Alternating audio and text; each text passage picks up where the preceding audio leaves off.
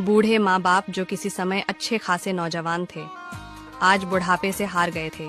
चेहरा झुर्रियों से भर चुका था। घर में एक चीज अच्छी थी कि शाम को खाना खाते समय पूरा परिवार एक साथ टेबल पर बैठकर खाना खाता था।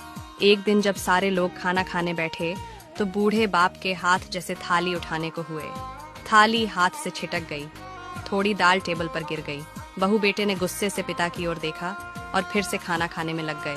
बूढ़े माता पिता ने जैसे ही अपने हिले हाथों से खाना खाना शुरू किया तो खाना कभी कपड़ों में गिरता, कभी जमीन पर। बहू ने चिढ़ते हुए कहा, हे राम, कितनी गंदी तरह से खाते हैं, कल से इनकी थाली किसी अलग कोने में लगवा देते हैं। बेटे ने भी हाँ में सिर हिलाया। अगले दिन बूढ़े माता पिता की थाली उस टेबल से हटाकर एक कोने में लगवा दी।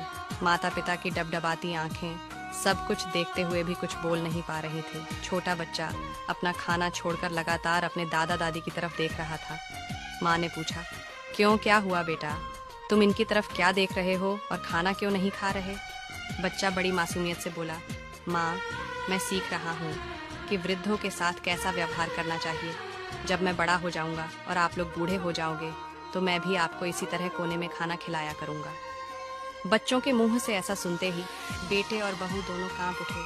शायद बच्चों की बात उनके मन में बैठ गई थी, क्योंकि बच्चे ने मासूमियत के साथ एक बहुत बड़ा सबक दोनों लोगों को दिया था। बेटे ने जल्दी से आगे बढ़कर माँ